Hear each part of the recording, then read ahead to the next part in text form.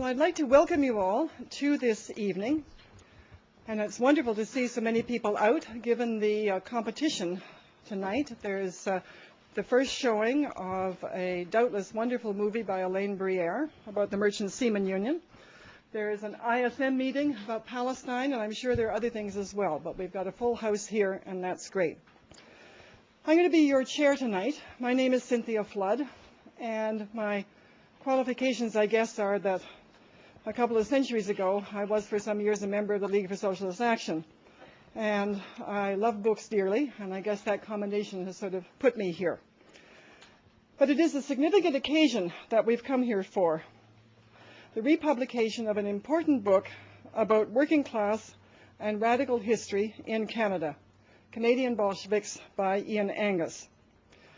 We have with us tonight a panel of people whom I'll introduce you to in a little while, who are going to give some responses to the book, who read it recently and have some comments to make. And then we'll hear from Ian himself. He'll talk for about 20 minutes maybe about this book and its meaning for him and perhaps for us as well. We'll then have maybe a little break, not really a full break, there's not a lot of room to move around, but we'll have a bit of time for announcements of meetings and events and maybe a couple of other small things. Then we'll open to the floor, first of all, to your questions. You may have specific things that you'd like to ask Ian, or Dale, or Joey, or Mark, and you'll have a chance to do that. And then we'll go from there to your comments, contributions you'd like to make to a discussion of this important era in our history. We hope to wrap up before about 10 o'clock and go off maybe to somewhere local, a cafe that I hope somebody will tell me about at some point, so I don't just have to say a cafe somewhere, and to continue the discussion there. A couple of little bits of information first of all. Some of you, I'm sure, have seen that there are books for sale at the back. Ian would be happy for you to buy those. He will autograph them for you at the end of the evening. There are also tickets for a raffle. And the prize is a framed, well, it's right there. It is a framed edition of the cover of the book. So if you'll buy raffle tickets toward the end of the evening, we'll have the draw, and you may go home happily with that as well. So just as a little bit of an introduction on a personal note, in 1984, I was teaching English literature and composition at Langara College, and that was the year that movie Killing Fields came out. And a very bright student of mine went to see this movie and came to me full of admiration and kind of pity and terror, I guess, for what he'd seen. So it went on like this for a while, but then he said, but what I don't understand is, where was that? What's that about? Where did that happen? Well, it was 1984, so he was probably maybe 7 when things in Cambodia happened, 7 or 8, something like that, maybe 9. And I guess it was one of those moments, which we probably all have, when you realize that there are these huge, big, blazing events in your time, and then they just kind of start moving over to the horizon and disappearing because other things take their place. And children don't know what happened, and young people don't know what happened.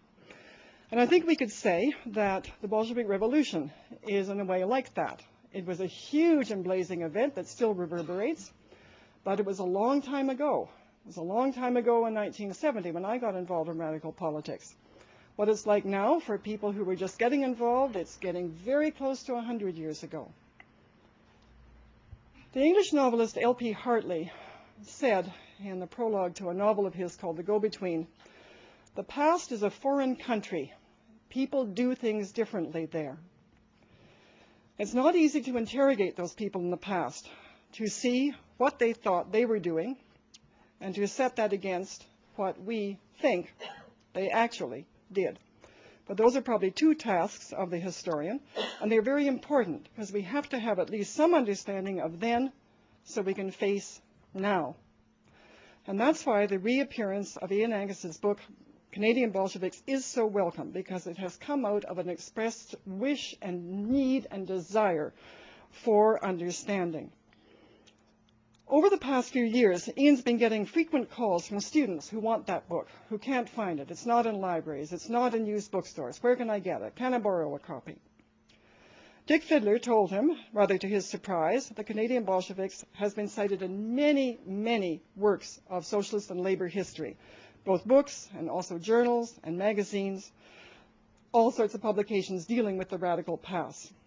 And the kicker for Ian was that he was asked by the International Socialists, I believe, to speak to them about the Winnipeg General Strike, was looking himself for a copy of the book and found it was out of print.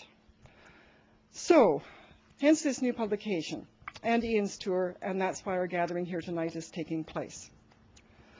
So I'm going to introduce to you now, one by one, 3 speakers who are going to respond to this important republication. And after that, as I say, we'll hear what Ian has to say. Our first speaker tonight is Dale McCartney. And Dale is a graduate student at Simon Fraser University. He's getting an MA in working class history. And specifically, he's going to be writing his thesis when he gets through the coursework and all that drudgery. He's going to write his thesis on the Socialist Party of Vancouver and its response to World War I. And Dale is also on the editorial board of Seven Oaks, which is an online magazine I'm sure many of you know. And I asked him how he got sucked into that, and he said it was partly friendship, but also a way to expand a discussion started in the student newspaper in the Peak to take it to a broader audience and situate it in a non-university context, or in a more than university context, I guess would be safe to say. The advantages of online, of course, being that it's cheap, and in Canada at least it's quite accessible. They're hoping, I think, someday to go to print.